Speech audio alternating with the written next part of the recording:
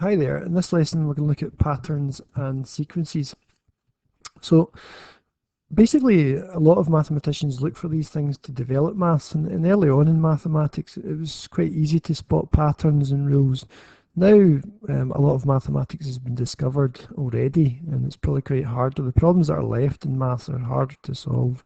But early on people like Pythagoras, Eratosthenes and Leonard Euler and things, they developed lots of ideas through pattern observations. I'm not going to go into that much detail here. I'm going to look at basic patterns, but that's where a lot of maths comes from.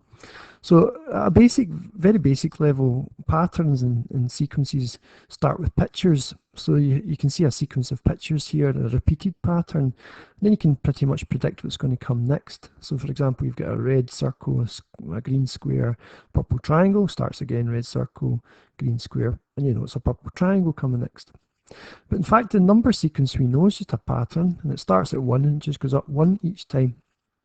And quite often when you see patterns and sequences, they end with this sequence of dots, and that just means the list keeps going on and on and on. You can also get letter patterns. These are just a couple of wee ones to look for. You pause the video if you want and have a wee try and see if you can finish this off. It's a very simple sequence, but quite hard at the same time. Okay, so O stands for 1, T stands for 2, T stands for 3, F4, F5, and then 6, 7. So it's got to finish with 8, 9, and 10. If you haven't seen that wee tricky one, here's another one. Okay, so this, again, pause it if you can't do it and have a shot. So R for red, O for orange, Y for yellow, G for green, blue, indigo, violet, colours of the rainbow. Okay, let's move into number patterns and what we're looking for here. So this number pattern is just built up of a repeating rule, and you've got to work out what's happening each time. So we'll look at it here. So we can see from the 3 to the 7, you're adding on 4. From the 7 to 11, you're adding on 4. And from 11 to 15, adding on 4. Just a very, very basic sequence. So how do you kind of answer this, if you like? What is the sequence? Well, you tend to write what it starts at. So it starts at 3 in this case. And then you write down what's happening each time. That's a good way to explain a sequence. It starts at 3. And you can write add. I've just put plus in here. And then add 4 each time, basically. Let's look at a few more of them. So here's another one. So we're looking for a pattern. So again, if we look at this here, you can think, well, okay, what's happening? I'm going from 42 down to 37. Okay, well that's taking away 5. Let's check out the next one. Down 5, down. Okay, it keeps going down 5 each time. So we know our sequence. It starts at 42 and then it goes down 5 each time. You can write down 5 or take away 5. Okay, here's another one. So let's look at this sequence here. So we're starting at 3, and then it's going to 6, then it's going to 12, then it's going to 24. So I have to think about this. You could think adding. Does it add on 3 each time? So that one adds on 3, but the next one doesn't add on 3, so it's not an adding. Now it can't be a take away, and it can't be a divide, so it's got to be a multiply to increase. So how do you get from 3 to 6? Well, you would times by 2. Well, let's check that out here. 6 to 12 times by 2. 12 to 24 times by 2. So remember, when the pattern is increasing, the only thing that can happen is multiply or add. If it's decreasing, at this level, we're just looking for takeaways or divides. So this pattern starts at 3, and then you multiply by 2 or times by 2. Okay, last one of these kind of simple patterns. So again, one's decreasing. So you could say, let's check takeaway. So takeaway 36. But it's not working here, so it's not a takeaway. So the next thing to think about is divide. So we'll think about divide there. So to get from 40 down to 4, we must divide by 10. 4 divided by 4, 4 divided by 10, yeah, that's 0.4. And then 0.4 divided by 10 is 0.04. Yeah, so this pattern starts at 40, and then you divide by 10 each time. Okay, let's just look at a few famous kind of patterns and ideas. I don't know if you've seen this one before, but this is called the Fibonacci sequence. after a man caught from Italy called Fibonacci, and he spotted this sequence. And the amazing thing about this sequence is it's actually spotted in nature as well. You see it in sunflower seeds, and one of the kind of very strange things is you can actually see it in snail shells. If you take the numbers 1, 1, 2, 3, 5, 8, and if you draw squares, so square 1 by 1 and 1 by 1, and then join them up to get square 2 by 2, and then that kind of forms 3 by 3 square. Then all along here is 5 by 5, and then because you get 5, 1 and 2 here, it's a square 8 by 8. And you draw wee arcs around, you get the exact dimensions inside all the snail shells that you'd find in the sea and also in snails in the garden. Really bizarre numbers that are found in nature.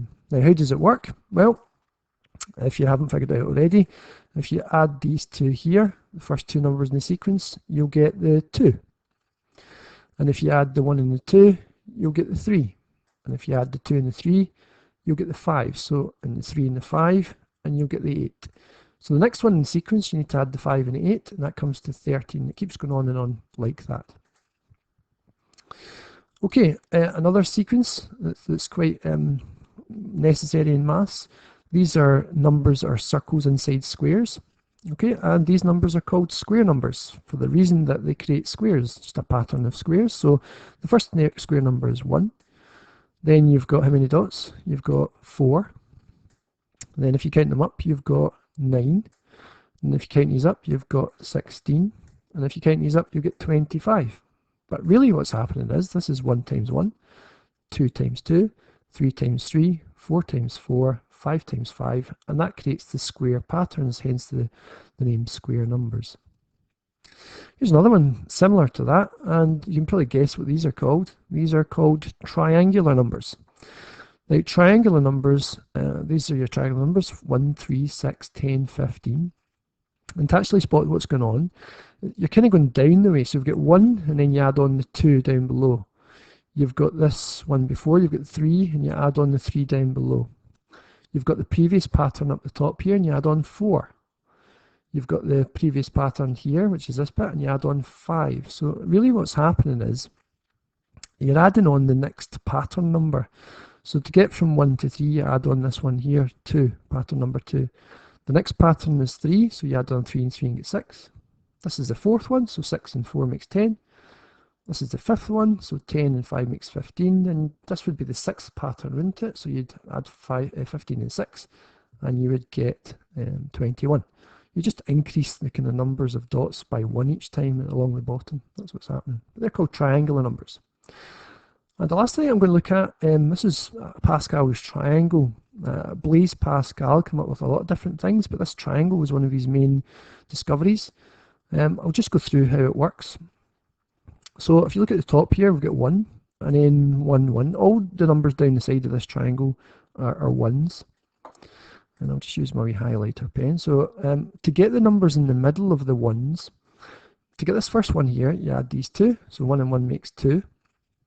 To get the 3s, you add the 2 and the 1. And then you go over here and add the 2 and the 1, and you get 3. And then you keep doing that. 3 and 1 makes 4. 3 and 3 makes 6. You can just go down from the previous 2 above, and 3 and 1 makes 4. So if we're looking to complete the line below, you put your 1s down, they're always there. And this will make 5, the highlighted bits. Then you move along to the next 2, and that's going to make 10, isn't it? And then you move along to the next 2, and that's also going to make 10. And you move along to the next 2, 4 and 1, and that makes 5. And you can continue this. I'll do one more line of it. So 1 and 5, that makes 6. Oops, I shouldn't have done that. I'll just put that back. So let's do that again. So we'll go for 1 and 5 makes 6, 5 and 10 makes 15. Then we'll go into the middle bit. 10 and 10 makes 20. And then just kind of mirror image on the other side, isn't it? 10 and 5 makes 15. And 5 and 1 makes 6. Now the very strange thing, there's lots of different things in here. Within this, what we've got, I'll get rid of that wee calculator here. You've got the triangular numbers down here. You'll see them there, 1, 3, 6, 10, 15, 21. You've got the counting numbers down here, in the Pascal's triangle. You've also got 11 to the power of. 11 to the power of 0 is 1 here. 11 to the power of 1 is 11. 11 squared is 121. 11 cubed is 1331. This is really bizarre. 11 to the power of 4, 14641, and so on. And also, if you add the numbers up in the triangle here, if you look at that there, at the top you've got 2 to the power of 0. Then we've got 2 to the power of 1, which is 2. 2 squared, which is 4. 2 cubed, which is 8. 2 to the power of 4, and so on. 2 to the power of 5, all the way down, it keeps going like that. Now, from that triangle, you think, how is that possible?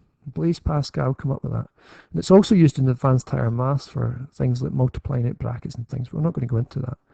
But there's some strange patterns in maths, really interesting things to look for. And you can see them in nature as well. Really good discoveries made by looking at patterns and sequences in maths.